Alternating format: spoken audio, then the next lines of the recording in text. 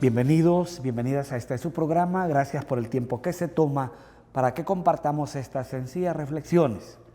Nos han propuesto para la lectura del 19 domingo del tiempo ordinario parte del capítulo 11 de la carta a los Hebreos.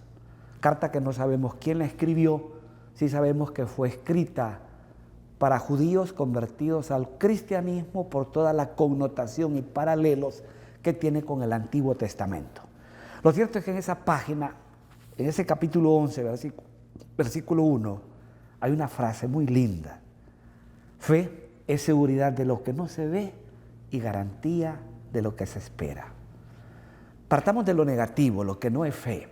Fe no es repetir fórmulas mecánicas de memoria en un oratorio privado o en una capilla del Santísimo o en un templo.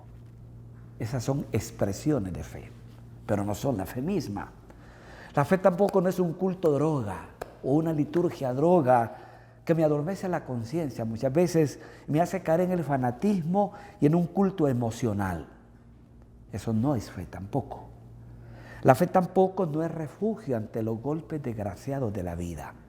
Penosamente muchos buscan a Dios hasta que tienen un sentimiento de fracaso en la vida.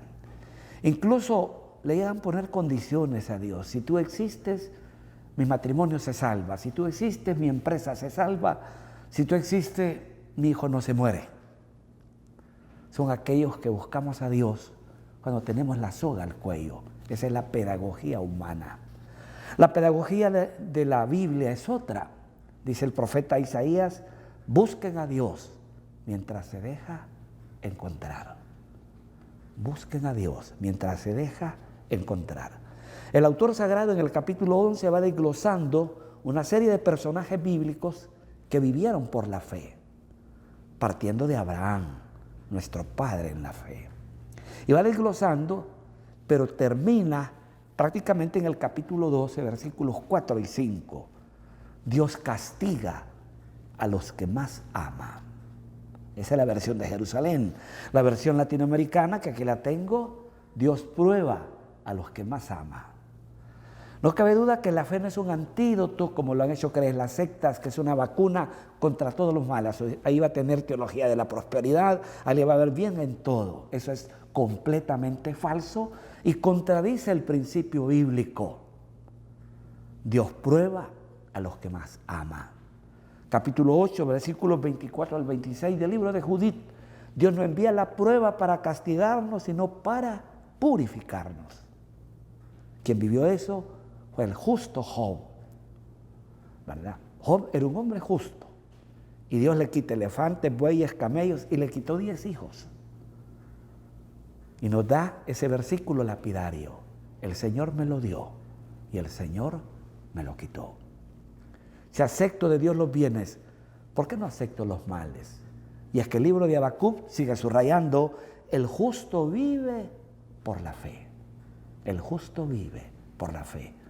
Pues el autor sagrado desglosa, por fe Abraham se puso en camino hacia lo desconocido con la certeza de que Dios estaba con él.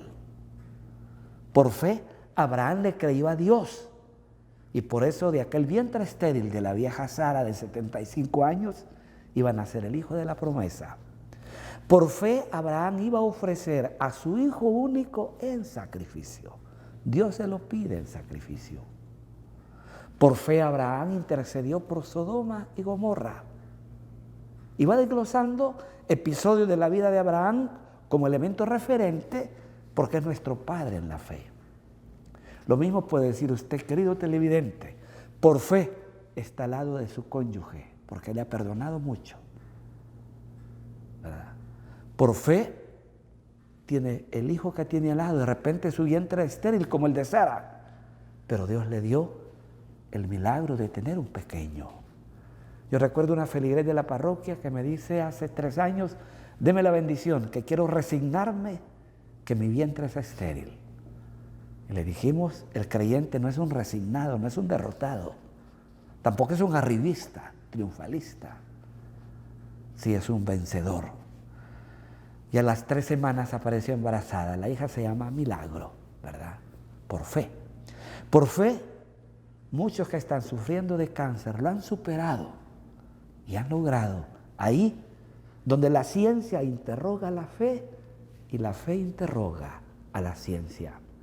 Me recuerda a alguien que vino a buscarme, una doctora, exalumna del María, vino a buscarme para que entendiera a la mamá de su empleada. Estaba en coma. Y fuimos, y los médicos cuando ya no tienen respuesta, entramos libremente a cuidados intensivos.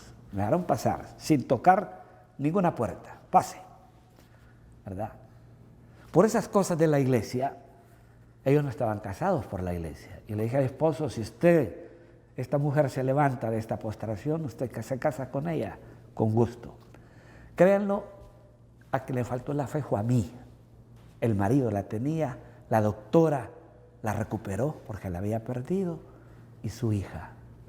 Y a los 8 días aparecieron en la basílica con la señora convaleciente, tomada de la mano de la doctora que lloraba, de su marido, de la convaleciente que lloraba porque se había curado. Y se casaron. Viven en los bolsones recuperados con el Salvador. Por fe, muchos han salvado su empresa, su trabajo, su matrimonio. Pero sí tiene que quedar claro,